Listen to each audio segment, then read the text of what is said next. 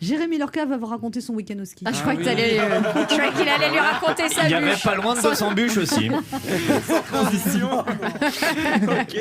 Bon alors effectivement oui, ce week-end j'ai fait le Noël des amis, on est parti au ski et entre ça et la mort j'aurais préféré la mort. Déjà la montagne ça se mérite, 2 changements de gare, 6 heures de train au total, 2 heures de bus et ils sont flippants les bus en montagne. Les mecs ils ont pas peur, ils te prennent les virages à fond, ils sont habitués. Mais moi je suis pas habitué, t'aurais été fier de moi Michael. J'ai été très très viril hein. J'ai passé mon temps à crier mais on va mourir.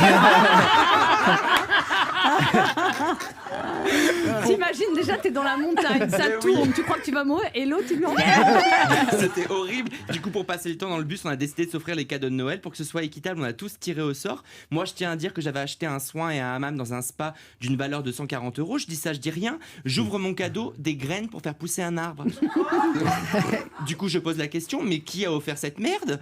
J'habite dans un 2 pièces, bordel, pas dans une forêt. Je vais pas faire pousser un platane dans mon salon. Donc là, mes potes me disent, mais Jérém, calme-toi, c'est l'intention qui compte. Alors, résolution 2019. Est-ce qu'on pourrait arrêter avec cette expression de radin, l'intention qui compte ? Chérie, je voulais t'acheter une Porsche, mais comme c'est l'intention qui compte, je t'ai pris le porte-clés. Ça va pas, non ?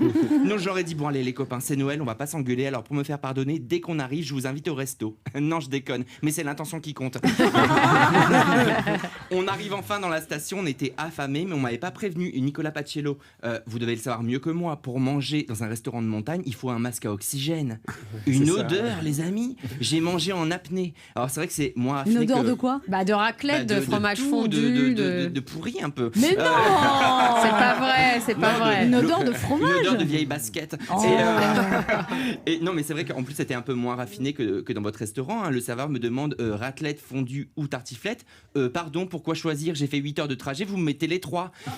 2 kilos plus tard, je reçois un texto de Ben H. Poulet, tu fais quoi ? Je lui dis, je suis à la montagne au resto. Il me répond, tu manges de la dinde ? Je lui dis, bah non, pourquoi ? Il me répond, bah c'est con, pour une fois dans l'année que tu pouvais fourrer un truc.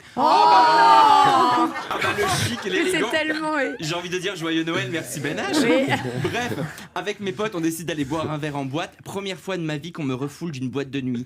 À Bride-les-Bains, j'ai connu l'humiliation, les amis.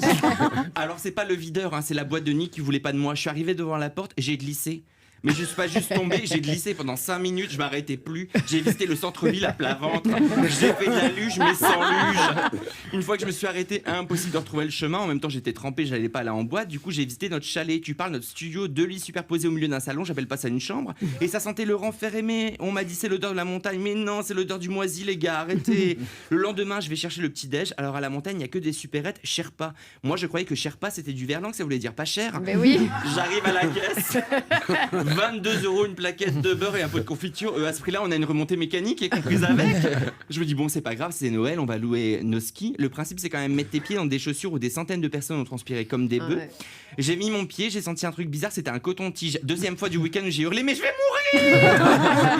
On monte sur le télésiège. Enfin, non, je monte sur le télésiège parce qu'on était 3, nombre impair, donc je monte seul, sympa. Alors au départ, c'est beau, hein, tu fais des selfies, c'est tout blanc, puis au bout d'une minute, t'en as un peu marre. Donc je sors de ma poche le plan du village et hop, les clés de l'appartement qui tournent dans la neige, 800 mètres plus bas. Je me dis, pas de panique, on descend au prochain arrêt, elles sont tombées près d'une rivière. Ah bah ça s'arrêtait pas. On montait, on faisait que monter. Je me suis dit, mais on va passer la frontière, on va se retrouver en Suisse, c'est quoi le projet ? On s'arrête enfin, piste rouge. Du coup, je décide de déchausser mes skis, de m'allonger et de me laisser glisser. Très mauvaise idée, hein. Ah bah j'ai bien revu la rivière, mais impossible d'arrêter, je faisais du 50 km/h.